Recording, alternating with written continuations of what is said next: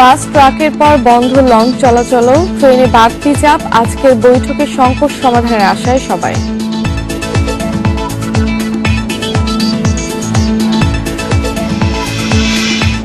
পাচাররোধে জ্বালানি তেলের দাম বৃদ্ধি, দাবি প্রতিমন্ত্রীর। কক্সবাজারে আটকা পড়েছে 20,000 পর্যটক।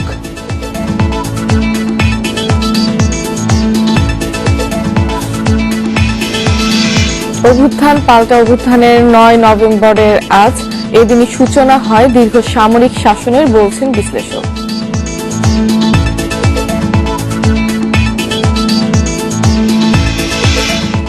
ফুচকাপুরি শহর সহ সব পথের খাবারেই মিলেছে ব্যাকটেরিয়া, টাইফয়েড সহ জটিল রোগে ভুগছে মানুষ।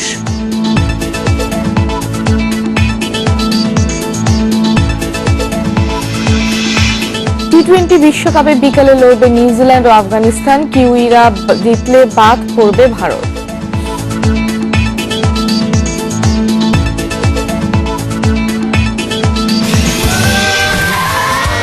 Saudi Extreme. Enjoy smooth speed. স্বাগত ইন্ডিপেন্ডেন্ট সংবাদের, সঙ্গে আছে আমি ফারহানা আলম এবং আমি সাফাদ্দিন ফরিদ। জানাচ্ছিলাম প্রধান শিরোনামগুলো, এবারে বিস্তারিত। ডিজেল ও কেরোসিনের দাম বাড়ানোর প্রতিবাদে তৃতীয় দিনের মতো সারা দেশে চলছে পরিবহন ধর্মঘট। রাজধানী থেকে ছেড়ে যায়নি কোনো দূরপাল্লার বাস।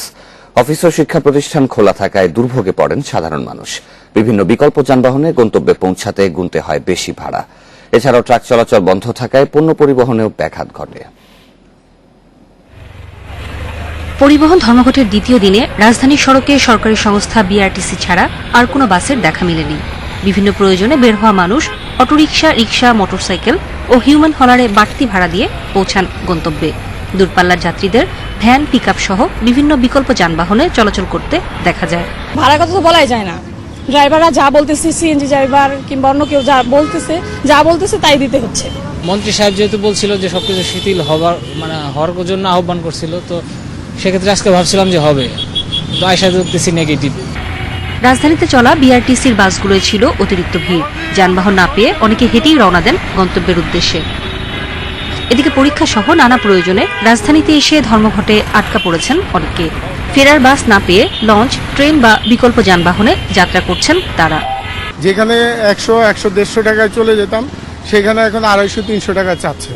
তো এটা আমাদের জন্য একটা বার্ডেন হয়ে যাচ্ছে। ভাড়া ছিল 120 টাকা, 100 টাকা, কিন্তু এখন ভাড়া চাচ্ছে 500 টাকা।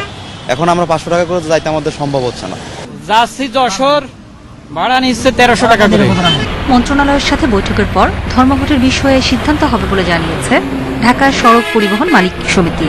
কস্টিং কমিটির বৈঠক কালকে, কস্টিং কমিটির বৈঠকে ভাড়া পুনর্নির্ধারণ করে সমাধান আশা করতেছি আমরা। সরকার বৃহস্পতিবার ডিজেল ও কেরোসিনের দাম লিটারে 15 টাকা বাড়িয়ে 80 টাকা নির্ধারণ করে। এই সিদ্ধান্ত প্রত্যাহার অথবা ভাড়া পুনর্নির্ধারণের দাবিতে শুক্রবার ভোর থেকে অনির্দিষ্টকালের ধর্মঘট শুরু করে পরিবহন মালিক শ্রমিক সমিতি। নূরে জান্নাত, ইন্ডিপেন্ডেন্ট নিউজ, ঢাকা। পরিবহন ধর্মঘটের বিষয়ে আরো জানাতে এবার রংপুর থেকে আমাদের সাথে যোগ দিচ্ছেন সহকর্মী নজরুল ইসলাম।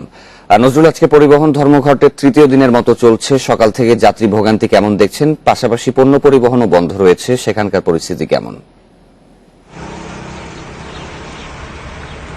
মূলত আসলে যাত্রীর ভোগান্তি যদি আপনি বলে থাকেন, যে যাত্রীর ভোগান্তি কিন্তু আমরা দেখেছি রাস্তাঘাটে আজকে নেই বলতেই চলে। আমরা দেখেছি যে রেল স্টেশনে কিন্তু যাত্রীদের একটা যে দুর্ভোগ, সেটি কিন্তু আমরা দেখেছি। কিন্তু রেল স্টেশনে আমরা গিয়েছিলাম, সেখানে রেল যিনি কর্তৃপক্ষ তার সঙ্গে কথা হয়েছে, তিনি যেমনটি জানিয়েছেন যে যেখানে মানুষের যে অর্থাৎ চাপ রয়েছে, তাদের সিট অনুযায়ী তাদের কিন্তু বেশি লোক হচ্ছে, কারণ অনেকে ঢাকা যাওয়ার জন্য তারা এসছেন এবং অনেকে ঢাকা থেকে আসছেন, কিন্তু তাদের কিন্তু এখন কোনো সিট তারা দিতে পারেন। এবং রংপুর থেকে কিন্তু মাত্র 2টি ট্রেন চলাচল করে ঢাকার উদ্দেশ্যে, একটি হচ্ছে কুড়িগ্রাম আর একটা হচ্ছে রংপুর থেকে। কিন্তু যে কুড়িগ্রাম ট্রেনটি 8:30টায় রংপুরে আসার কথা, সেটা কিন্তু বেশি সময় করে, অর্থাৎ সময় ধরে, অর্থাৎ লিড করে তারা আসতেন। তারপরে আমরা দেখেছি যে হাজার হাজার লোক কিন্তু রেল স্টেশনে তারা অর্থাৎ তাদের যে গন্তব্যস্থানে যাওয়ার জন্য রেলের যে টিকিট তারা কেটেছেন। আমরা জিজ্ঞাসা করেছিলাম যে তারা যে টিকিট বাড়তি কোনো ভাড়া দিয়েছে কিনা। তারা রেলের কোনো কিন্তু বাড়তি ভাড়া নেওয়া হচ্ছে না, তবে যারা বাসে যাওয়ার জন্য রাস্তাঘাটে, আমি যদি একটু বাসের চিত্র দেখা যায়, রংপুরে যে বাস এখনো দাঁড়িয়ে আছে তারা কিন্তু কেউ যেতে পারছে না। অর্থাৎ অনেকে আছে মাইক্রোবাসে যাওয়ার জন্য তারা এসছেন। মাইক্রোবাসে ভাড়া আমরা দেখেছি যে যেখানে ভাড়া 500 টাকা সেখানে নেওয়া হচ্ছে 2000 টাকা করে। এই বগুড়া যাওয়ার যে ভাড়াটি এটি কিন্তু নেওয়া হচ্ছে। আমরা অনেকের সাথে জিজ্ঞাসা করেছিলাম যে তারা ঢাকা যাওয়ার উদ্দেশ্যে অনেকে আসছেন, তারা পরীক্ষা দেওয়ার জন্য ভার্সিটিতে যাবেন, তারা কিন্তু যেতে পারছে না পরীক্ষার্থীরা। তারা আমাদের কাছে অভিযোগ করেছে যে 15 টাকা হারে তেলের দাম বাড়ার পর 80 টাকা করা হয়েছে এবং ভাড়া বাড়াও হচ্ছে, কিন্তু এটি গাড়ি যদি চলে তারপর তারা দিয়ে যাবেন, কারণ অনেকের তাদের যে চাহিদা অনুযায়ী তারা যেতে চাচ্ছেন। সব থেকে বড় কথাটা হচ্ছে যে বাসের যে বাহন এটি কিন্তু আসলে প্রতিটা মানুষেরই লাগে, কারণ কেউ অফিস আদালতে যায় তাদের কিন্তু বাসে যেতে হয় এবং তেলবাহী গাড়িতে যেতে হয়, অটোরিক্সা কিন্তু বেশি দূর যেতে পারে না। এ কারণে কিন্তু আমরা দেখেছি যে মানুষ যারা তাদের কিন্তু ভোগান্তি হচ্ছে। আর যদি বলি যে পণ্যবাহী ট্রাক এটি কিন্তু আসলে আটকা পড়ে আছে। এই কারণে রংপুর থেকে আপনি জানেন যে বেশিরভাগ ঢাকার এবং চট্টগ্রামে পণ্যবাহী ট্রাক অর্থাৎ কাঁচা মালের যে ট্রাক এটি কিন্তু যেতে যাচ্ছে, কিন্তু সেটি কিন্তু বন্ধ রয়েছে। আমরা দেখেছি যে গতকাল বাজারগুলোতে ঘুরে ঘুরে যেখানে সবজির বাজার আগে ছিল বেশি, এখন কিন্তু কমে গেছে। কারণটা হচ্ছে এখানকার তো সবজি অর্থাৎ ঢাকার উদ্দেশ্যে যেতে পারছে না। এ কারণে কিন্তু বাজারে যে একটু দাম ছিল এটি কিন্তু কমে গেছে। অনেকে বলছেন যে যারা কৃষক রয়েছে তাদের কিন্তু একটা লোকসানে গুনতে হচ্ছে, কারণ এই যদি সবজি 2-1 দিনের ভিতরে তারা ঢাকার উদ্দেশ্যে না পাঠাতে পারে তাদের কিন্তু লোকসান গুনতে হবে। সেক্ষেত্রে আমরা দেখেছি যে রংপুরের কিন্তু যেসব ভোগান্তির শিকার হচ্ছে বেশিরভাগ কৃষক, তারা কিন্তু শিকার হচ্ছে যারা জমিতে ধান পানি দিবেন অর্থাৎ ডিজেল চালিত মেশিন দিয়ে, তাদেরও কিন্তু একটা ভোগান্তি হচ্ছে, কারণ এই ডিজেল কিন্তু কিনতে হচ্ছে তাদের বেশি দাম দিয়ে। নিশ্চয়ই আপনি এই বিষয়ে আরো তথ্য সংগ্রহ করতে থাকুন। এরই মধ্যে চট্টগ্রাম থেকে আমাদের সাথে যুক্ত হয়েছেন সহকর্মী অনুপম শীল, যাচ্ছি তার কাছে। অনুপম, চট্টগ্রামে মেট্রোপলিটন পরিবহন মালিক গ্রুপ ঘোষণা দিয়েছিল যে তারা সকাল থেকে গণপরিবহন চলাচল শুরু করবে, তো যান চলাচল শুরু হয়েছে কিনা আর তৃতীয় দিনের অবস্থা কেমন দেখছেন? হ্যাঁ, আজকে সকাল 6টা থেকে তাদের যে ঘোষণা, গতকালকে মেট্রোপলিটন পরিবহন মালিক গ্রুপ যারা মূলত চট্টগ্রামে যে গণপরিবহন মালিকদের একটি পক্ষ, তাদের ঘোষণা অনুযায়ী আমরা দেখছি রাস্তায় কিন্তু যানবাহনের সংখ্যা অর্থাৎ বিশেষ করে গণপরিবহনের সংখ্যা বেড়েছে এবং সেই প্রেক্ষাপটে এখন আমরা দেখছি যে চট্টগ্রামের রাস্তায় সকাল থেকে বেশ বলা যায় যে ভালো সংখ্যায় যে গণপরিবহন বিশেষ করে বাস, টেম্পু এই ধরনের যানবাহনগুলো চলছে। যদিও গতকালকে আমরা দেখেছি রাস্তার বিভিন্ন মোড়ে মোড়ে অনেক শ্রমিকরা একত্রিত হয়ে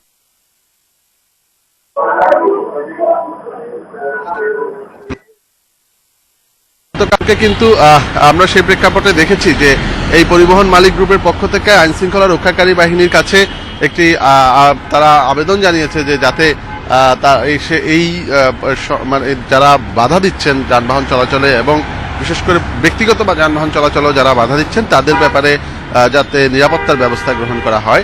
এবং আমরা এই জন্য চট্টগ্রাম মেট্রোপলিটন পুলিশের সাথে কথা বলেছিলাম। তারা বলছেন যে জনগণের এই দুর্ভোগ তৈরিতে যদি কেউ মানে বা এই সহায়তা করে বা জনদুর্ভোগ তৈরি করে তাহলে কিন্তু তারা আইনগত ব্যবস্থা গ্রহণ করবে। এবং এখনো পর্যন্ত আমরা দেখছি যে গতকালকের মতো কিন্তু রাস্তাঘাটে যে এই সমস্ত বাধাদানকারী যে পক্ষ বা যারা মূলত বাধা দিচ্ছিলেন তাদের উপস্থিতি নেই। আমরা সেই হিসেবে বিষয়ে জানতে চাচ্ছিলাম যে পণ্য পরিবহনেও তো নিষেধাজ্ঞা দেওয়া হয়েছে, তারা পণ্য পরিবহন করছেন না, সেক্ষেত্রে বন্দরে যে একটি পণ্য জটের সৃষ্টি হয়েছে এ বিষয়ে কোন ধরনের পদক্ষেপ কি নিয়েছে বন্দর কর্তৃপক্ষ?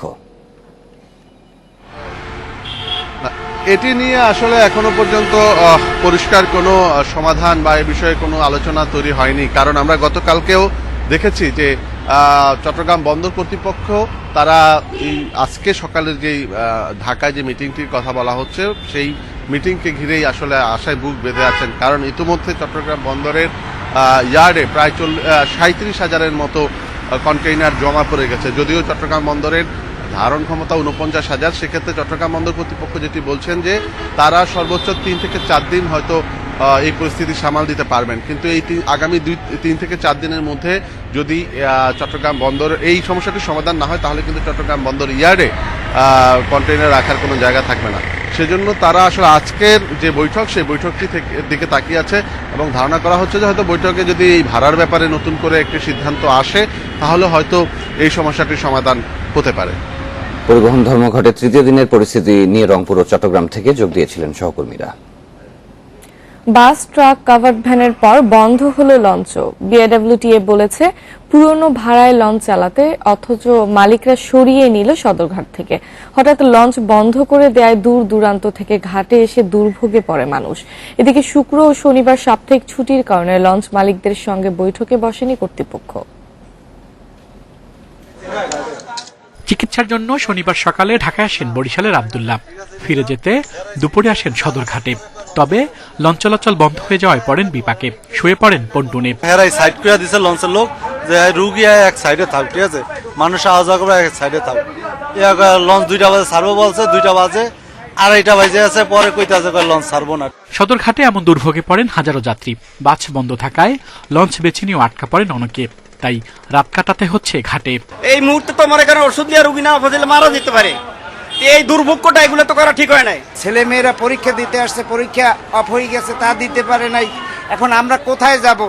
2টা বাজেও লঞ্চে ফোন করা হয়েছে, তারা বলছে যে লঞ্চের আনুষ্ঠানিকভাবে কোনো বন্ধতা ঘোষণা আমরা পাই নাই। লঞ্চ মালিকরা জানান নৌ রুটে ভাড়া বাড়ানোর প্রস্তাব দিয়েছিল তারা, তবে বিআইডব্লিউটিএ তাতে সাড়া দেয়নি। তাই সদরঘাট টার্মিনাল থেকে সরিয়ে নেওয়া হয়েছে সব লঞ্চ। সিদ্ধান্ত নিয়েছি যে আসলে আমাদের ভাড়া যদি বৃদ্ধি না হয়, সেক্ষেত্রে আমরা জাহাজ পরিচালনা করতে পারছি না। তার কারণটা হলো যে আমাদের আসলে প্রতি ট্রিপে আমাদের অনেক টাকা লস হইতেছে, সেই জন্য আমরা জাহাজগুলি আজকে বন্ধ করে দিয়েছি। 2013 সালের পর থেকে আর কোনো ভাড়া বৃদ্ধি হয় নাই, তো সেই একটা অপশন রয়ে গেছে। আবার এখন হঠাৎ করে অস্বাভাবিকভাবে তেলের মূল্য বৃদ্ধি, কোনো ঘোষণা ছাড়াই, কোনো আলাপ আলোচনা ছাড়াই, তো সেই ক্ষেত্রে আমাদের আর কিছু এখন করার নাই, আমরা পারছি না, আসলে আমরা নিরুপায়। এদিকে বিআইডব্লিউটি এর পরিচালক জানান সাপ্তাহিক ছুটির কারণে লঞ্চ মালিক সমিতির সঙ্গে বৈঠক করতে পারেননি তারা। তারা আমাদেরকে একটা বলেছিল যে আজকেই একটা ডিসিশন দেওয়ার জন্য, যেহেতু আজকে হলিডে, আমরা আগামীকাল বসে এটা একটা ফয়সালা করব, সুতরাং লঞ্চ চলাচল করছে। জ্বালানি তেলের দাম বাড়ায় যাত্রীবাহী লঞ্চের ভাড়া প্রায় দ্বিগুণ করার প্রস্তাব করেছে লঞ্চ মালিকদের সংগঠন। আল আমিন হোসেন, ইন্ডিপেন্ডেন্ট নিউজ, ঢাকা। এ নিয়ে আরো জানাতে রাজধানীর সদরঘাট থেকে যোগ দিচ্ছেন সহকর্মী রিশাদ হুদা। রিশাদ, আমরা তো জানি যে অন্যান্য যানবাহনের সাথে লঞ্চও বন্ধ করে দেওয়া হয়েছে, তো কাল রাতে তো অনেকেই সদরঘাট টার্মিনালে অবস্থান করছিলেন, তো তাদের ভোগান্তি কেমন দেখছেন, বা ভোরে কোনো লঞ্চ ঘাটে এসে পৌঁছেছে কিনা? আসলে নানা শ্রেণী পেশার মানুষ কিন্তু হঠাৎ করে আটকা পড়ে গেছে। তারা দেশের বিভিন্ন জায়গায় কিন্তু এই জলযোগে অর্থাৎ লঞ্চে করে বিভিন্ন জায়গায় যাওয়ার জন্য তারা এসেছিল, এবং হঠাৎ করেই কিন্তু লঞ্চের যে চলাচল অর্থাৎ জলপথে ধর্মঘট শুরু হয়ে যায়। এতে করে মানুষের যে ভোগান্তি, এমনও দেখা গেছে যে গতকাল দুপুরে এসেছে, এখন পর্যন্ত তারা এখানে আছে এবং সারা রাত কিন্তু তারা এখানকার যে প্ল্যাটফর্ম অর্থাৎ পল্টন যাকে বলা হয়, ওই পল্টনে তারা অবস্থান করেছে। তো এখানে কিন্তু অনেক নিম্নবিত্তের মানুষও ছিলেন, যারা কিনা শুধুমাত্র লঞ্চ ভাড়া বা তার চেয়ে 2 টাকা বেশি নিয়ে হয়তো এসেছিলেন। তারা অনেকেই বলছেন যে তাদের রাতের খাবার সব কিছু মিলিয়ে এখানে কিন্তু তাদের টাকা শেষ হয়ে গেছে। এখন তারা কিভাবে যাবে তারা কিন্তু ঠিক জানে না, যে তারা তাদের গন্তব্যে কখন যাবে বা কিভাবে যাবে, এটা কিন্তু তারা জানে না। আমরা দেখছিলাম আমাদের প্রতিবেদনটিতে যে বিআইডব্লিউটি বলছে যে সাপ্তাহিক ছুটির কারণে কিন্তু তারা আসলে আজকে রোববার এই বৈঠকটা করছে, এবং এই বৈঠকের পরে হয়তো ধর্মঘট খুলে যেতে পারে। কিন্তু এখানকার সাধারণ মানুষ অর্থাৎ সাধারণ যাত্রীরা যেটা বলছে যে তাদের দিকে আসলে বিআইডব্লিউটি এর লক্ষ্য রাখা উচিত ছিল, অর্থাৎ এই বৈঠকের কথা, এই ছুটির দিনের কথা চিন্তা না করে যদি তারা গতকালকেই অর্থাৎ শনিবারই যদি তড়িৎ ব্যবস্থা নিত, তাহলে হয়তো এই দুর্ভোগ হতো না। এদিকে এখন পর্যন্ত কিন্তু এখানে সদরঘাট থেকে কোনো লঞ্চ কিন্তু ছেড়ে যায়নি। তবে গতকাল ধর্মঘটের আগে যেসব লঞ্চ বিভিন্ন গন্তব্য থেকে বিভিন্ন জায়গা থেকে ছেড়ে এসেছিল, সেগুলো কিন্তু এখন পর্যন্ত ফিরছে। কিছুক্ষণ আগেও কিন্তু বেশ কয়েকটা, সকাল থেকে এই পর্যন্ত আজকে প্রায় 25টির মতো লঞ্চ এখানে ফিরেছে, কিন্তু এখান থেকে কিন্তু এখন পর্যন্ত কোনো লঞ্চ ছেড়ে যাচ্ছে না। ধর্মঘটের বিষয়ে জানাতে সদরঘাট থেকে এতক্ষণ আমাদের সাথে যুক্ত ছিল রিশাদ হুদা। এদিকে ধর্মঘটে বাস বন্ধ থাকায় যাত্রীর চাপ বেড়েছে রেল স্টেশনে। অতিরিক্ত বগি যুক্ত করেও পরিস্থিতি সামাল দেয়া কঠিন হয়ে পড়েছে। দীর্ঘক্ষণ অপেক্ষার পরও টিকিট সংগ্রহ করতে না পারায় ক্ষোভ প্রকাশ করেন যাত্রীরা। করোনার কারণে স্ট্যান্ডিং টিকিট বিক্রি বন্ধ থাকায় এই পরিস্থিতির সৃষ্টি হয়েছে বলে জানিয়েছে কর্তৃপক্ষ। তবে বিকল্প ব্যবস্থায় টিকিট দেওয়ার কথা জানান তারা। কমলাপুর রেল স্টেশনে কোনো ট্রেন ঢোকা মাত্রই হুড়মুড় করে উঠছেন যাত্রীরা। ভিড় ঠেলে ওঠা কঠিন, তাই কমলাপুর রেল স্টেশনে কোনো ট্রেন ঢোকা মাত্রই হুড়মুড় করে উঠছেন যাত্রীরা। ভিড় ঠেলে ওঠা কঠিন, তাই জানালা দিয়েও ঢুকে পড়ছেন অনেকে। ধর্মঘটের কারণে বাসে যাওয়ার সুযোগ নেই, তাই গন্তব্যের আশেপাশের জেলার উপর দিয়ে যাওয়া কোনো ট্রেন পেলেও উঠে পড়ছেন যাত্রীরা। সিট কাটা ছিল, আমরা তো জানলা দিয়ে উঠছি, এছাড়া আর কোনো হয়েছিল না। ট্রেনে তো ভাই এমনি লোকালের টিকিট পাই না, প্রথম অনলাইনের থেকে টিকিট সংগ্রহ করছি ভাই, আসার পরে তো সিট পাই না ভাই। এখন আপাতত আরেকজন সিটে আছে। 7 তারিখে পরীক্ষার ডেট ছিল, সেই পরীক্ষার ডেট আমাদের হচ্ছে আবার হঠাৎ করে পিছিয়ে দেওয়া হয়েছে, সেটা পিছিয়ে 20 তারিখে দেওয়া হয়েছে। ডাক্তারখানা থেকে আমরা জানছি না যে এমন হবে, না তো আমরা কালকে আসতাম। তবে ট্রেন পর্যন্ত পৌঁছাতেও ঝক্কি কম নয়। টিকিটের জন্য ঘন্টার পর ঘন্টা দাঁড়িয়ে থাকতে দেখা গেছে যাত্রীদের।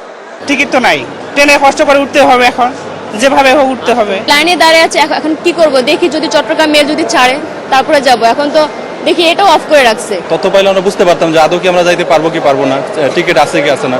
করোনার কারণে স্ট্যান্ডিং টিকিট বিক্রি বন্ধ থাকায় বাড়ে সংকট। টিটিদের কাছে থাকা জরিমানার কাগজকেই ব্যবহার করা হয় টিকিটের বিকল্প হিসাবে। আসলে কিন্তু ঈদের চেয়েও বেশি ঝামেলাটা কালকে এবং আজকে গিয়েছে। এমন কিছু মানুষের কাছে যেতেই হবে, সেক্ষেত্রে কিছু টিকিট দেওয়া হচ্ছে, সেটা হচ্ছে ইএফটির মাধ্যমে। যাত্রী চাপ সামাল দিতে সংযোজন করা হয় 35টি অতিরিক্ত বগি। Suman Tanvir, independent news, Dhaka. পাচার রোধে দেশে ডিজেল কেরোসিনের দাম সমন্বয় করা হয়েছে বলে জানিয়েছেন বিদ্যুৎ ও জ্বালানি প্রতিমন্ত্রী নসরুল হামিদ। এছাড়া তেলের দাম বাড়ার সুযোগে জনগণকে জিম্মি করে পরিবহন ভাড়া বাড়ানোর দাবি অযৌক্তিক বলে মন্তব্য করেন তিনি। বিশ্ববাজারে আবার দাম কমলে কমানো হবে দেশেও। ডিজেল কেরোসিনের দাম বৃদ্ধি নিয়ে শনিবার সাংবাদিকদের সঙ্গে মত বিনিময় সভায় অনলাইনে যুক্ত হন বিদ্যুৎ জ্বালানি ও খনিজ সম্পদ প্রতিমন্ত্রী নসরুল হামিদ। এ সময় তিনি জানান, বিশ্ববাজারের দাম বৃদ্ধির কারণে দেশে জ্বালানি তেলের দাম সমন্বয় করা হয়েছে। এছাড়া প্রতিবেশী দেশে তেলের দাম বেশি হওয়ায় পাচার ঠেকাতে এই সিদ্ধান্ত। বাধ্য হয়েছে কারণে সারা পৃথিবীতে দাম বেড়ে গেছে। নট অনলি দ্যাট, পার্শ্ববর্তী দেশের দাম প্রায় ডাবল হয়ে গেছে। এটা মাথায় রাখতে হবে, কারণ আমাদের যে এখন আরেকটা বড় জিনিস হলো, এটা তো বিশেষ একটা সম্ভাবনা যে তেল আমাদের এখান থেকে চলে যাওয়ার সম্ভাবনা থাকে, বিশেষ করে স্মাগল হয়ে। হঠাৎ দাম বাড়ানোর প্রশ্নের জবাবে প্রতিমন্ত্রী বলেন, তেল মজুত করে রাখার আশঙ্কা থেকেই দাম বাড়ানোর বিষয়টি আগে জানানো হয়নি। এছাড়া তেলের দাম বৃদ্ধির সুযোগে জনগণকে জিম্মি করে পরিবহন ভাড়া বাড়ানোর যে দাবি তোলা হয়েছে তা অযৌক্তিক বলেও মন্তব্য করেন তিনি। পরিবহন মালিক সমিতি আছেন, তাদেরকে অ্যাকচুয়ালি বিষয়টা উপলব্ধি করা দরকার। তারা সবাইকে জিম্মি করে তারা এই জায়গাটাকে অ্যাডভান্টেজ নেওয়া উচিত না, আমি মনে করি। বিশ্ববাজারে আবার দাম কমলে দেশেও জ্বালানি তেলের দাম কমানো হবে বলেও জানান বিদ্যুৎ ও জ্বালানি প্রতিমন্ত্রী। Shamim Ahmed, independent news, Dhaka. পরিবহন ধর্মঘটের কারণে পর্যটন শহর কক্সবাজারে আটকে পড়েছেন অন্তত 20,000 পর্যটক। ভোগান্তি পোহাতে হচ্ছে পর্যটক সহ সাধারণ যাত্রীদেরও। তবে জরুরি বিবেচনায় চট্টগ্রাম পর্যন্ত বিনা খরচে পৌঁছে দেওয়ার কথা জানিয়েছে জেলা পুলিশ। জ্বালানি তেলের দাম বৃদ্ধির প্রতিবাদে সারা দেশে ধর্মঘট পালন করছে পরিবহন মালিক শ্রমিকদের সংগঠন। এমন কর্মসূচিতে যারা এসেছেন সমুদ্র সৈকতে, এখন বিপাকে পড়েছেন তারা।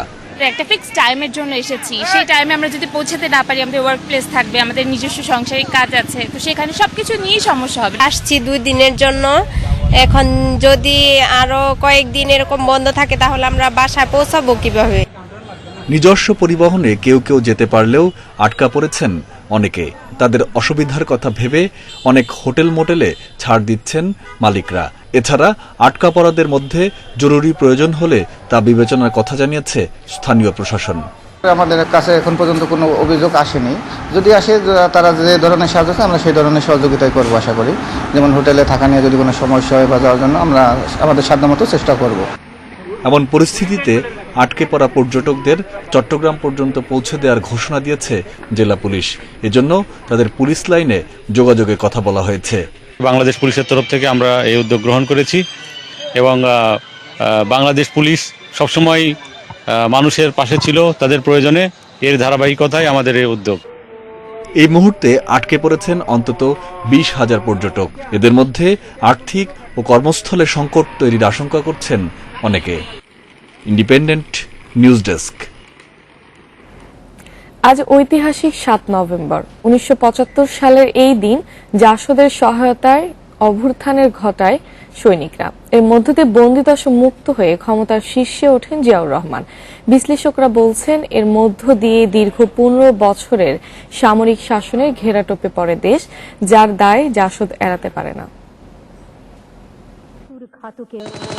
15 আগস্ট জাতির পিতাকে হত্যার পর বঙ্গবন্ধুর রক্তের উপর দিয়ে রাষ্ট্র ক্ষমতায় বসে খন্দকার মোশতাক। তার সরকার স্থায়ী হয় 3.5 মাস। এরপর ৩রা নভেম্বর খালেদ মোশাররফের নেতৃত্বে ঘটে অভ্যুত্থান। বঙ্গবন্ধুর খুনিরা জাতিকে নেতৃত্ব শূন্য করতে কারাগারে হত্যা করে জাতীয় 4 নেতাকে। পদত্যাগ করেন মোশতাক। গৃহবন্দী হন তখনকার সেনাপ্রধান জিয়াউর রহমান। এর 4 দিনের মাথায় জাসদের সমর্থনে পাল্টা অভ্যুত্থান ঘটায় বিপ্লবী সৈনিক সংস্থা। নেতৃত্বে ছিলেন কর্নেল তাহের। এর এক পর্যায়ে মুক্ত হন জিয়া। 15 আগস্টের পরে সিভিল মিলিটারি সম্পর্কটার যে ভারসাম্য, সেটা মিলিটারির দিকে ঝুঁকে গেছে। 7 নভেম্বরে অভ্যুত্থানের মধ্য দিয়ে পুরো নিয়ন্ত্রণটা চলে যায় সামরিক বাহিনীর হাতে, এবং এর মাধ্যমে জিয়াউর রহমান সবচেয়ে বেশি ক্ষমতাধর ব্যক্তি হিসাবে রাজনীতির মাঠে আবির্ভূত হন। এটা অফিসার হত্যা, সৈনিক হত্যা বা মুক্তিযোদ্ধা হত্যা দিবস না।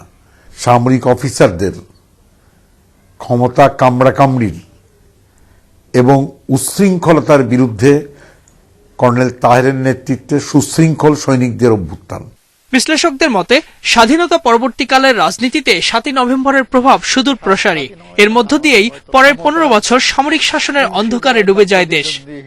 সামরিক বাহিনীর যে উত্থান হলো এবং দীর্ঘদিন যে তাদের প্রভাবে থাকলে বাংলাদেশ, এটা 7 নভেম্বর না হলে হয়তো হতো না।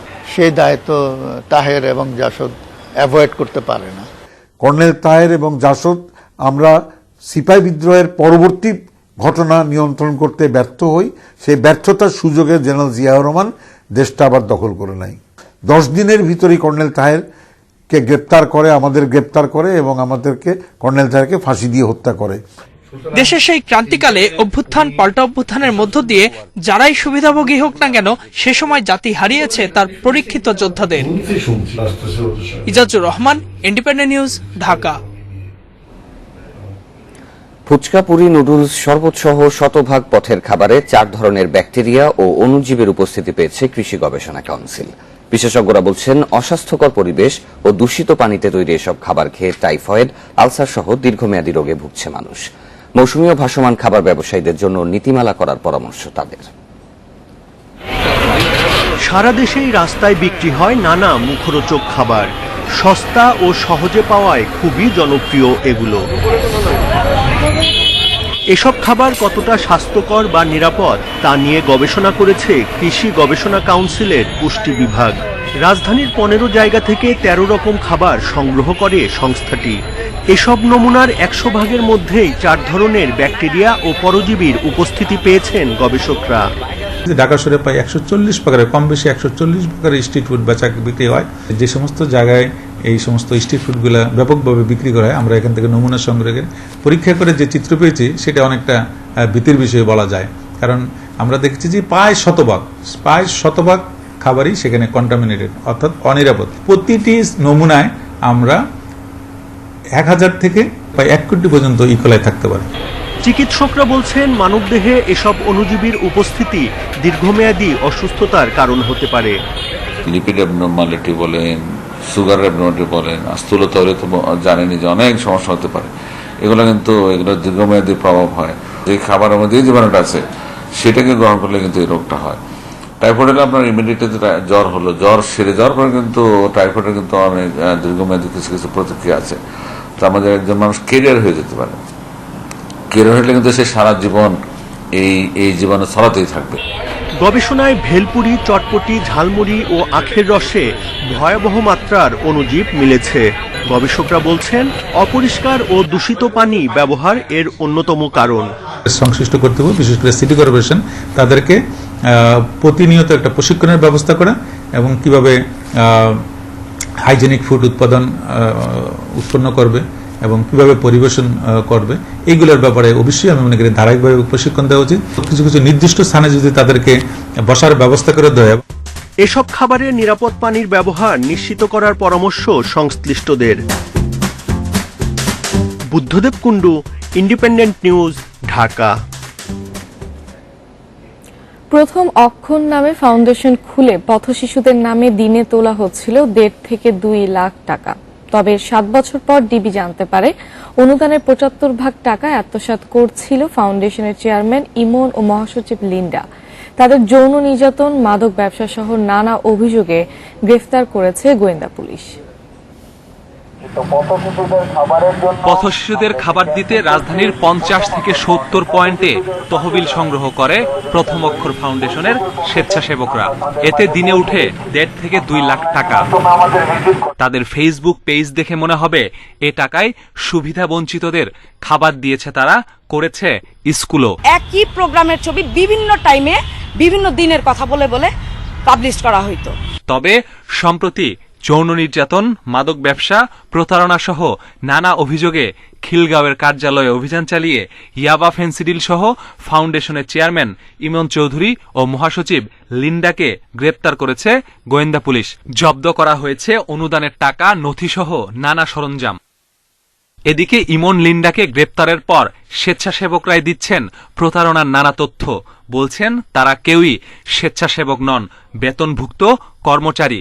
তাদের 75% টাকা যায় চেয়ারম্যান ও মহাসচিবের পকেটে, আর সহায়তা কর্মসূচি করা হয় প্রচার ও দাতা আকৃষ্টে। ওরা ইয়াবার বিজনেস করে, ফার্স্ট আমার চোখে এটা ধরা পড়লো। তারপর ইয়াবার বিজনেস করে ভলান্টিয়াররা ইয়াবা কিনে বাসায় নিয়ে যাচ্ছে। যে কোনো বিবাহ অনুষ্ঠানে যে বড়দের ভিআইপি মানুষের খাবারটা থাকে না, এই খাবারটাই ওরা মানে বাচ্চাদের দেয়। অনেক মায়ের দূর করে, আর সামনে মাদক দ্রব্য রেখে যদি ইয়াবা খাস, এই কাজ, ব্যবসা করা, অনেক কিছু আমাকে ব্ল্যাক পেনের মাধ্যমে আমার কাজ করানো হয়। গোয়েন্দারা বলছেন 2014 সালে ফাউন্ডেশন গঠন করেন সবজি বিক্রেতা থেকে হোমিওপ্যাথি চিকিৎসক বনে যাওয়া ইমন। মহাসচিব হন নিজেকে প্রকৌশলী পরিচয় দেওয়া লিন্ডা। মাদক উদ্ধার করি, যে সংক্রান্ত বিষয় ইতিমধ্যে একটা মামলা হয়েছে। আর এখানে যেসব ফিমেল ভলান্টিয়াররা রয়েছে তাদের মধ্যে বেশ কিছু অভিযোগও রয়েছে, তারা ধর্ষণের শিকারও হয়ে করি, যে সংক্রান্ত বিষয় ইতিমধ্যে একটা মামলা হয়েছে। আর এখানে যেসব ফিমেল ভলান্টিয়াররা রয়েছে তাদের মধ্যে বেশ কিছু অভিযোগও রয়েছে, তারা ধর্ষণের শিকারও হয়েছে। সে সংক্রান্তে তারা হয়তো ধর্ষণ মামলা করতে পারে।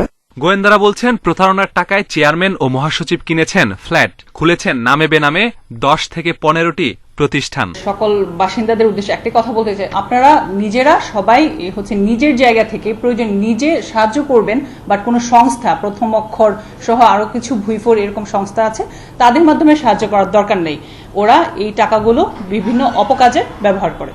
এখানেই শেষ নয়, পিএটিভির নামে পরিচয়পত্র তৈরি করে চাঁদাবাজিতেও অভিযুক্ত তারা। Masudur Rahman, independent news, Dhaka. এডিসের মতো কিউলেক্স মশা যেন এবার রাজত্ব করতে না পারে সেই লক্ষ্যে কাজ শুরু করেছে সিটি কর্পোরেশন। নগর কর্তৃপক্ষ বলছে পর্যাপ্ত কীটনাশক রয়েছে, আগেভাগেই ছিটানো শুরু হয়ে গেছে। মশার বিষয়ে সচেতন হতে সরকারি বেসরকারি সব প্রতিষ্ঠানকে চিঠি দিয়ে সতর্ক করা হয়েছে। প্রয়োজনে নেওয়া হবে আইনি ব্যবস্থা। এডিস মশার মৌসুম শেষ না হতেই আতঙ্ক তৈরি করেছে কিউলেক্স মশা নিয়ে। কীটতত্ত্ববিদদের আশঙ্কা এবার কিউলেক্সের ঘনত্ব ভাঙবে অতীতে সব রেকর্ড। নভেম্বর থেকে মার্চ পর্যন্ত দেখা দেয় কিউলেক্স মশার উপদ্রব। পরিস্থিতি সামলাতে আগেভাগেই কর্মপরিকল্পনা নিয়েছে সিটি কর্পোরেশন। এরই মধ্যে হটস্পট চিহ্নিত করে চলছে অভিযান। কিউলিসের ব্যাপারে যাতে বৃদ্ধি না পায় সেই ব্যাপারে আমাদের যে জলাধারগুলো রয়েছে এবং আমাদের যে বিউটিফিকেশনের জায়গাটা রয়েছে যেখানে পানি যাতে বৃদ্ধি না পায় সেই ব্যাপারে আমরা ধানমন্ডিবাসী যারা এখানে ধানমন্ডি ওনার অ্যাসোসিয়েশন তাদের সাথে কথাবার্তা বলছি। আমরা এই কচুরি পানাকে পরিষ্কার রেখে যেইভাবে কিউলেক্স মশাটা বিস্তর লাভ না করতে পারে, ডেঙ্গুকে আমরা যেভাবে জয় করেছি কিউলেক্স মশাকে ইনশাল্লাহ আমরা সেইভাবে জয় করতে পারবো। উত্তর সিটি কর্পোরেশন বলছে মশার প্রজনন হতে পারে এমন সব প্রতিষ্ঠানকে চিঠি দেওয়া হয়েছে পরিষ্কার পরিচ্ছন্নতার জন্য। অব্যবহৃত ভূমি যেখানে আগাছা জন্মাচ্ছে, বিভিন্ন একটু মার্শি, একটু পানি আছে, কিছু একটু কচুরি পানা জন্মাচ্ছে, এইগুলো জায়গাতে আমরা বড় বড় করে নোটিশ দিয়ে দিচ্ছি যে যাতে করে তারা এসে আমাদের সঙ্গে এগুলো পরিষ্কার করে ফেলে। প্রয়োজনে কিউলেক্স নিধনে চিরুনি অভিযান চালানো হবে বলে জানাচ্ছে সিটি কর্পোরেশন। বন Ibne Kamal, independent news, Dhaka. Tech giant ও বহুজাতিক কোনো কোম্পানি বাংলাদেশে অফিস বা নিবন্ধন না থাকলেও তাদের লেনদেন 5 থেকে 30% পর্যন্ত আয়কর নেওয়া হচ্ছে। তাই বৈশ্বিক কর্পোরেট কর চুক্তি নিয়ে এখনই ভাবছে না জাতীয় রাজস্ব বোর্ড এনবিআর। কর্মকর্তারা বলছেন এই চুক্তিতে যুক্ত হওয়া বা না হওয়ার সিদ্ধান্ত সরকারের, তবে কর সঠিকভাবে আদায় করা হচ্ছে কিনা তা খতিয়ে দেখার পরামর্শ দিয়েছেন বিশ্লেষকেরা। ব্রিটিশ ভার্জিনিয়া আইল্যান্ড, পানামা সহ বিশ্বের অনেক দেশই কম কর্পোরেট কর হারের কারণে পরিচিত ট্যাক্স হ্যাভেন হিসেবে। কর ফাঁকি দিতে অনেক বহুজাতিক কোম্পানি ট্যাক্স হ্যাভেনে মুনাফা স্থানান্তর করেন। এতে ব্যাপক ক্ষতির মুখে বাংলাদেশের মতো উন্নয়নশীল দেশগুলো। এই অবস্থায় ন্যূনতম বৈশ্বিক কর্পোরেট কর 15% করতে সম্প্রতি ইতালির রোমে একটি চুক্তি অনুমোদন করেছেন বিশ্ব নেতারা, যাতে সম্মতি দিয়েছে 136টি দেশ। তবে এ বিষয়ে চিন্তিত নয় বাংলাদেশ।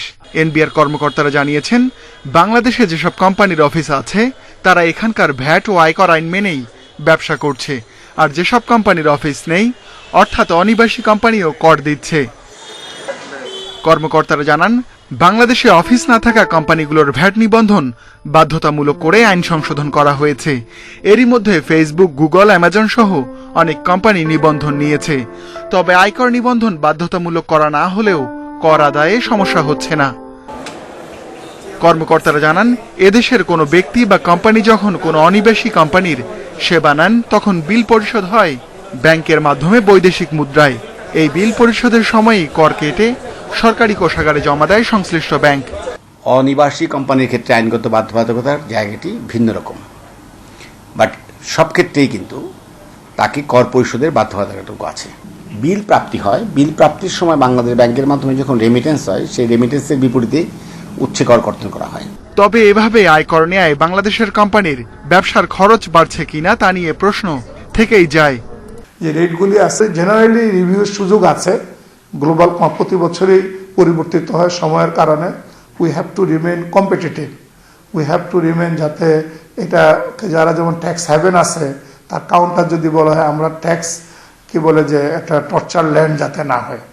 ভ্যাট নিবন্ধন বাধ্যতামূলক হওয়ায় অনিবাসী কোম্পানির ভ্যাটের পরিমাণ এখন জানতে পারছে সরকার। তবে ঠিক কি পরিমাণ আয়কর আদায় হচ্ছে তার হিসাব নেই এনবিআর এর কাছে। Ruhul Amin, independent news, Dhaka. একসময় জুম চাষ থেকে মুখ ফিরিয়ে নিলেও খাগড়াছড়িতে আবারও তা বাড়ছে। বাম্পার ফলনে উৎসব মুখর পরিবেশে ফসল ঘরে তুলছেন চাষিরা। ধান ছাড়াও আবাদ হয়েছে বিভিন্ন সবজির। বাজারে এসব ফসলের ভালো দাম পেয়ে খুশি চাষিরা। তবে জুম চাষ বাড়াতে সার বীজের পাশাপাশি সরকারি সহায়তা চেয়েছেন তারা। খাগড়াছড়ির বিভিন্ন এলাকায় পাহাড়ের চূড়ায় সোনালী ফসলের ঝিলিক। এখন ফসল সংগ্রহে ব্যস্ত সময় পার করছেন চাষিরা। ভালো দাম পাওয়ায় গত কয়েক বছর ধরেই জুম চাষে বেড়েছে আগ্রহ। এবারও বাম্পার ফলনে হাসি ফুটেছে কৃষাণীর মুখে। এই বছর আমি এক কানি জুম লাগাইছে, ধান লাগাইছে, তারপরে এই আমার ধান এই বছর খুব হুলু টুলু খুব সুন্দর হয়েছে। জুম চাষ করি, বৃষ্টিপাত ভালো হওয়ার কারণে আমাদের ফসলগুলো খুব ভালো হয়েছে। পাহাড়ের বুকে শুধু ধান চাষি নয়, আবাদ হয়েছে 40 জাতের শাকসবজিরও। তবে জুম চাষীদের জন্য সার ও বীজের পাশাপাশি সরকারি সহায়তা চান জুমিয়ারা। খেতিগুলো আমরা লাগাচ্ছি এখানে, যেমন ধান, হলুদ, আদা, বুটা, তারপরে শাকসবজি। জুম চাষে ফলন বাড়াতে গবেষণা করছে কৃষি গবেষণা কেন্দ্র। আধুনিক পদ্ধতিতে পরিবেশ বান্ধব জুম চাষে চাষীদের পরামর্শ দিচ্ছেন কর্মকর্তারা। জুমের সঙ্গে যদি আধুনিক পদ্ধতি অনুসরণ করতে পারি তাহলে জুম চাষটাও যেমন হয়ে যাচ্ছে, পাশাপাশি আমাদের প্রকৃতি এবং যে মাটির উর্বরতা সেটা আমরা সংরক্ষণ করতে পারছি। খাগড়াছড়িতে এবার ৩,৯০০ হেক্টর জমিতে জুম চাষ হয়েছে। ফসল উৎপাদন হয়েছে ৫,৯০০ মেট্রিক টন, যা গতবারের চেয়ে ৩,১০০ মেট্রিক টন বেশি। Independent news desk. কিশোরগঞ্জের ঐতিহাসিক পাগলা মসজিদের দান বাক্সে এবার জমা পড়েছে ৩ কোটির বেশি টাকা। এছাড়া রয়েছে বিপুল পরিমাণ স্বর্ণালংকার ও বিদেশি মুদ্রা। ৪.৫ মাস আগে পাওয়া যায় ২ কোটি ৩৪ লাখ টাকা। দানের এসব অর্থ জেলার বিভিন্ন মসজিদ, মাদ্রাসা ও এতিমখানার উন্নয়নে ব্যয় করা হয় বলে জানিয়েছেন মসজিদ কর্তৃপক্ষ। শনিবার সকালে খোলা হয় মসজিদের 8টি দান বাক্স। সেখানে পাওয়া যায় 12 বস্তা টাকা। দিনভর গণনা করে 127 জন শিক্ষার্থী, যার পরিমাণ দাঁড়ায় 3,07,17,585 টাকা। এছাড়া দান বাক্স থেকে পাওয়া গেছে বিপুল পরিমাণ স্বর্ণালংকার ও বিদেশি মুদ্রা। মসজিদটি শুধু ইসলাম ধর্মাবলম্বীদের কাছেই নয়, অন্য ধর্মের মানুষের কাছেও পবিত্র স্থান। মনোবাসনা পূর্ণ হওয়ার বিশ্বাস থেকেই অর্থ, স্বর্ণালংকার, বৈদেশিক মুদ্রাসহ নানা সামগ্রী দান করেন মানুষ। পাগলা মসজিদে মানুষ করলে অনেক উপকার হয়। একটু অসুখ ছিল, অসুখের বিনিময়ে তারা এনে দিয়ে গেলাম। মাস্টার পরীক্ষা দিছি, মানে আল্লাহ নি সুস্থ মতো আমাদের একটা ভালো একটা পাত্র মেলাবি এনে দিতারি। মসজিদের বিভিন্ন সামগ্রী নিলামে বিক্রি করে পাওয়া অর্থ জমা হয় ব্যাংক অ্যাকাউন্টে। রূপালী ব্যাংকে আমাদের নিজস্ব এই ব্যাংকের অ্যাকাউন্টে জমা হয়, আর প্রত্যেক দিন যে টাকা আসে, গতকালকে হয়েছে আমাদের 1,59,260 টাকা। এখানে 292টা মুরগি ছিল, 40টা ছাগল ছিল, দুধ ছিল, বিভিন্ন আইটেম। এসব টাকা পাগলা মসজিদ সহ জেলার বিভিন্ন মসজিদ, মাদ্রাসা ও এতিমখানার উন্নয়নে ব্যয় করা হয় বলে জানায় জেলা প্রশাসন। এই টাকাটা আসলে স্থানীয়ভাবে উন্নয়নমূলক কাজে ব্যয় করা হয়, বিভিন্ন আর্থিকভাবে সাহায্য দেওয়া হয় এবং এই আজকে যে টাকাটা গণনা হবে তার সম্মিলিত একটি অ্যাকাউন্টে চলে যাবে।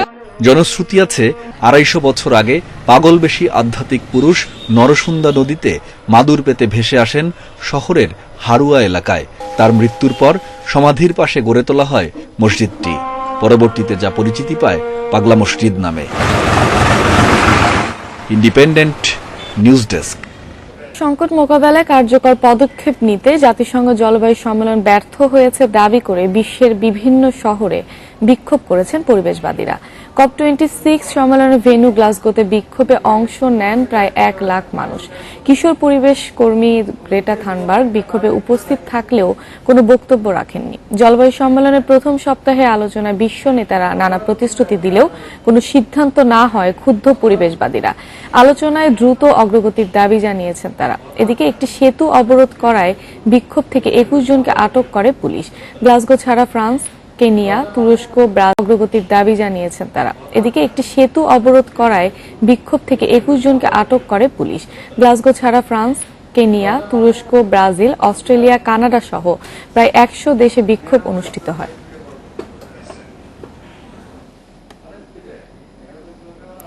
সিয়েরা লিওনে তেলের ট্যাঙ্কার বিস্ফোরণে অন্তত 99 জন নিহত হয়েছেন, আহত কমপক্ষে 100 জন। রাজধানী ফ্রিটাউনে এই ঘটনা ঘটে। আহতদের মধ্যে অনেকের অবস্থা আশঙ্কাজনক হওয়ায় প্রাণহানি আরও বাড়ার আশঙ্কা করা হচ্ছে। স্থানীয় সময় শুক্রবার রাত 10টা সিয়েরা লিওনের রাজধানী ফ্রিটাউনের ওয়েলিংটন এলাকায় একটি গ্যাস স্টেশনের কাছে তেলের ট্যাঙ্কারের সঙ্গে সংঘর্ষ হয় একটি ট্রাকের। আন্তর্জাতিক গণমাধ্যম বলছে এর পরপরই ট্যাঙ্কার থেকে তেল সংগ্রহ করতে যান মোটরসাইকেল ও ট্যাক্সি চালক এবং স্থানীয়রা।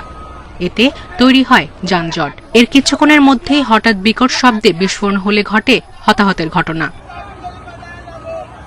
বিস্ফোরণে আশেপাশের বেশ কয়েকটি গাড়িতে ও দোকানপাটে আগুন ধরে যায়। স্থানীয় গণমাধ্যম জানায় পাশ দিয়ে যাওয়া একটি বাসের সব আরোহী অগ্নিদগ্ধ হয়েছেন।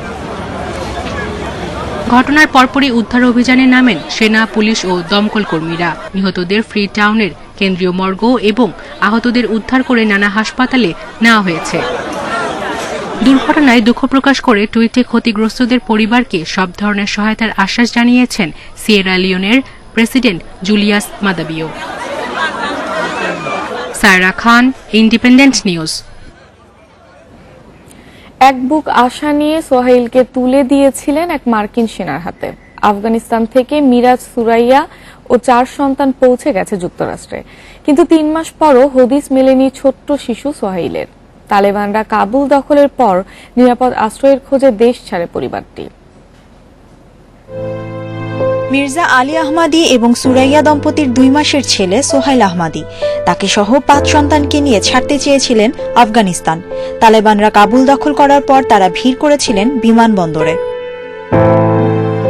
নিরুপায় হয়ে ছোট্ট সোহাইলকে কাঁটাতারের বেড়ার উপর দিয়ে তুলে দিয়েছিলেন এক মার্কিন সেনার হাতে। বিশ্বাস ছিল সব ঝামেলা পার করে ঠিকই ফিরে পাবেন ছেলেকে, কিন্তু 3 মাস পরও সোহাইলের খোঁজ পায়নি পরিবার। মিরাজ ও সুরাইয়া আশ্রয় নিয়েছেন যুক্তরাষ্ট্রের টেক্সাসে শরণার্থী ক্যাম্পে। সোহাইল ছাড়া অন্য 4 সন্তান প্রথমে কাতার এবং পরে জার্মানি হয়ে তাদের কাছে পৌঁছেছে, কিন্তু সোহাইলের হদিস এখনো কেউ দিতে পারেনি। 2 মাসের সোহাইলকে খুঁজতে চেষ্টা চালাচ্ছে মার্কিন প্রতিরক্ষা মন্ত্রণালয়, স্বরাষ্ট্র মন্ত্রণালয় এবং পররাষ্ট্র মন্ত্রণালয়। Mushrifa Nushat, independent news. আজ নিউজিল্যান্ড আফগানিস্তানের লড়াই, এর মধ্যে ভারতের ভাগ্য জড়িয়ে আছে বলেই ম্যাচটির আলাদা গুরুত্ব। নিউজিল্যান্ড জিতলে আফগানদের সঙ্গে বিশ্বকাপ থেকে বিদায় নেবে ভারতও। আবুধাবিতে খেলা শুরু বিকেল 4টায়। আরেক ম্যাচে রাত 8টায় পাকিস্তান লড়বে স্কটল্যান্ডের বিপক্ষে। নিউজিল্যান্ড আফগানিস্তান ম্যাচ খুব একটা রোমাঞ্চ ছড়ানোর কথা নয় ক্রিকেট বিশ্বে। এবার দৃশ্যপট একেবারে ভিন্ন। পাকিস্তান নিউজিল্যান্ডের কাছে ভারত হারার পর থেকে এই ম্যাচ পেয়েছে আলাদা গুরুত্ব, আলাদা মাত্রা। এই ম্যাচের উপর যে ভাগ্য ঝুলে আছে ভারতের। বিশ্বের সবচেয়ে প্রভাবশালী দল টি-20 বিশ্বকাপের সাবেক চ্যাম্পিয়নরা তাকিয়ে থাকবে আফগানদের দিকে। নিউজিল্যান্ডের হার মানেই যে তাদের সেমির দুয়ার খুলে যাওয়া। ভারতের ছিটকে যাওয়া মানে বিশ্বকাপের আগ্রহ, আকর্ষণ অনেকটা কমে যাওয়া। যদিও এবার তাদের টিকে থাকা নির্ভর করছে না তাদের উপর, তাকিয়ে থাকতে হচ্ছে আফগানিস্তানের দিকে। অন্যদিকে নিউজিল্যান্ড এমন ম্যাচে সতর্ক থাকছে আফগান স্পিন অ্যাটাক নিয়ে। কাগজে কলমে এখনো সেমির আশা টিকে আছে আফগানিস্তানের। সেই স্বপ্নও তো সত্যি করতে চাইবে জয় দিয়ে। এই দুই দল কখনোই টি-20তে মুখোমুখি হয়নি। দিনের ম্যাচে আবুধাবিতে স্পিনাররা সহযোগিতা পাবে, সেই বার্তা স্বস্তি দিচ্ছে আফগানদের। তবে বড় ম্যাচ জিততে দরকার ব্যাটসম্যানদের ব্যাটে রান। অন্যদিকে নাবি রাশিদদের নিয়ে ভাবতে হচ্ছে নিউজিল্যান্ডকে। ওদের ভালো কিছু স্পিনার আছে, উইকেট সহায়ক হলে বিপদ হতে পারে। আশা করি আমরা ভালোভাবে সেই চ্যালেঞ্জ নিতে পারবো। আমাদের লড়াকু মনোভাব আছে।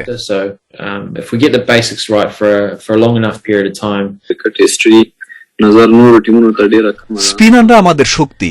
মুজিব খেলতে পারবে কিনা এখনো নিশ্চিত না, তবে আমরা প্রস্তুত সেমি নিশ্চিতে সেরাটা দিতে। বড় ম্যাচে ব্যাটাররা রান করতে না পারলে জেতা সম্ভব নয়। দিনের আরেক ম্যাচ শুধুই নিয়ম রক্ষার। সবার আগে সেমি নিশ্চিত করা পাকিস্তান লড়বে স্কটল্যান্ডের বিপক্ষে। গ্রুপ পর্বে নিজেদের শেষ ম্যাচে অবশ্যই বাবর আজমদের লক্ষ্য ধারাবাহিকতা ধরে রাখা, সেমির লড়াইয়ের জন্য প্রস্তুত থাকা। অন্যদিকে বাংলাদেশকে হারিয়ে বিশ্বকাপ মিশন শুরু করা স্কটল্যান্ড সময়ের সাথে হারিয়ে ফেলেছে ধারাবাহিকতা। শেষ ম্যাচে ভারতের কাছে হেরেছে লজ্জার হার। মাঝারুল ইসলাম, ইন্ডিপেন্ডেন্ট নিউজ, দুবাই, সংযুক্ত আরব আমিরাত। ডুসেন মার্করামের দুর্দান্ত ব্যাটিং আর রাবাদার হ্যাট্রিকে ইংল্যান্ডকে 10 রানে হারিয়েছে সাউথ আফ্রিকা। 190 রানের টার্গেটে ইংলিশরা করে 189 রান। 131 রানের মধ্যে আটকাতে না পারায় জিতেও সেমির আশা পূরণ হয়নি প্রোটিয়াদের। নেট রান রেটে এগিয়ে অস্ট্রেলিয়া উঠে গেছে শেষ 4-এ। শেষ ম্যাচ হেরেও গ্রুপ সেরা ইংল্যান্ড। রানের পাহাড় 189। রোমাঞ্চকর একটা ম্যাচের আভাস দেয় সাউথ আফ্রিকা, যেখানে প্রতিপক্ষের চেয়ে বেশি চিন্তায় ছিল অস্ট্রেলিয়া। 131 রানের মধ্যে বেঁধে ফেলতে পারলে ইংল্যান্ডের সাথে সেমিতে উঠবে প্রোটিয়ারা। ব্যাটিং উইকেটে জয়ের জন্যই মাঠে নামে ইংলিশরা। দুর্দান্ত ধারাবাহিক 2 ওপেনার 4 ওভারে তুলে ফেলে 37 রান। আরো ভয়ঙ্কর হয়ে ওঠার আগে জেসন রয় ইনজুরিতে প্যাভিলিয়নে ফেরেন। বাটলারের 26 রানের ক্যামিওতে টার্গেটে ছুটতে থাকে ইংল্যান্ড। মঈন আলী 137-এর উপর স্ট্রাইক রেট রেখে ব্যাট করেছেন। ততক্ষণে 131-এর মধ্যে আটকে ফেলার সব চেষ্টা শেষ।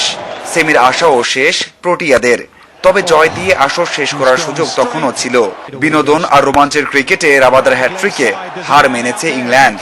ওকস মর্গ্যান জর্ডানকে ফিরিয়ে 10 রানে জয় এনে দিয়েছেন এই পেসার। এর আগে টিকে থাকার লড়াইয়ে সাউথ আফ্রিকা দেখিয়েছে হার না মানা মানসিকতা। দ্রুত বিদায় নেন হেনড্রিক্স, ডিকক করেন 34 রান। এরপর শুরু ডুসান ও মার্করাম তাণ্ডব। স্পিন অথবা পেস, ভালো অথবা খারাপ, কোনো বলকেই সমীহ করেননি দুই ব্যাটসম্যান। বাঁচা মরার ম্যাচে আউট হওয়ার ভয় না করে 4 ছক্কায় মন দিয়েছেন এ দুজন। ডুসান অল্পের জন্য সেঞ্চুরি দেখা না পেলেও 6 ছক্কায় করেছেন 90 রান। মার্করাম আরো বিধ্বংসী, 25 বলে করেন 52। তাদের 103 রানের জুটিতে স্কোরবোর্ডে 189। বাংলাদেশ শ্রীলঙ্কা উইন্ডিজ আগেই বিদায় নিয়েছিল। সাউথ আফ্রিকা ছিটকে পড়ায় গ্রুপ এ থেকে সেমি নিশ্চিত করেছে ইংল্যান্ড ও Australia. Mazharul Islam, independent news, Dubai, সংযুক্ত আরব আমিরাত। টি-20 বিশ্বকাপে ভরাডুবির পর নড়ে চড়ে বসেছে বিসিবি। তারই অংশ হিসেবে খালেদ মাহমুদ সুজনকে জাতীয় দলের টিম ডিরেক্টর পদে নিয়োগ দিয়েছে ক্রিকেট বোর্ড। টাইগার ম্যানেজমেন্টে এটাই সুজনের প্রথম দায়িত্ব নয়। এর আগে টেকনিক্যাল ডিরেক্টর হিসেবে সীমিত সময়ের জন্য কাজ করেছেন তিনি। এবার বড় পরিসরে কোচ ও অধিনায়কের সঙ্গে দলীয় ব্যবস্থাপনার অংশ হিসেবে থাকবেন সুজন। আসন্ন পাকিস্তান সিরিজ থেকেই নতুন দায়িত্বে যোগ দেওয়ার কথা রয়েছে তার। নভেম্বর ডিসেম্বরে 3টি টি-20 ও 2 টেস্টের সিরিজ খেলবে বাংলাদেশ দল। 12 নভেম্বর থেকে শুরু হবে প্রস্তুতি। এর আগে স্কোয়াডের সম্ভাব্য সদস্যদের নিয়ে অনুশীলনে নামার কথা রয়েছে সুজনের। লা লিগায় রায়ো ভায়োকানোকে 2-1 গোলে হারিয়ে পয়েন্ট তালিকার শীর্ষে উঠল রিয়াল মাদ্রিদ। লিগ 1-এ নেইমার এমবাপ্পে নৈপুণ্যের বর্দোয়ার বিপক্ষে জয় পেয়েছে পিএসজি। সান্তিয়াগো বার্নাব্যুতে ম্যাচের বেশিরভাগ সময়ই বল দখলে ছিল রিয়ালের। 14 মিনিটের জোরালো শটে দলকে এগিয়ে নেন টনি ক্রুজ। প্রথমার্ধেই ব্যবধান দ্বিগুণ করে বেনজেমা। এদিকে মেসিবিহীন ম্যাচে বর্দোয়াকে 3-2 গোলে হারিয়েছে পিএসজি। 26 মিনিটে দলকে এগিয়ে দেন নেইমার। 43 মিনিটে এমবাপ্পের পাস থেকে জোড়া পূর্ণ করেন ব্রাজিলিয়ান তারকা। বিরতির পর ব্যবধান 3-0 করেন এমবাপ্পে। তবে 5 মিনিট পরে ব্যবধান কমায় স্বাগতিকরা। ইনজুরি টাইমে স্কোর লাইন 3-2 করেন নিয়াং। অন্যদিকে সেরিয়াতে ফিওরেন্তিনাকে 1-0 গোলে পরাজিত করেছে ইউভেন্টাস।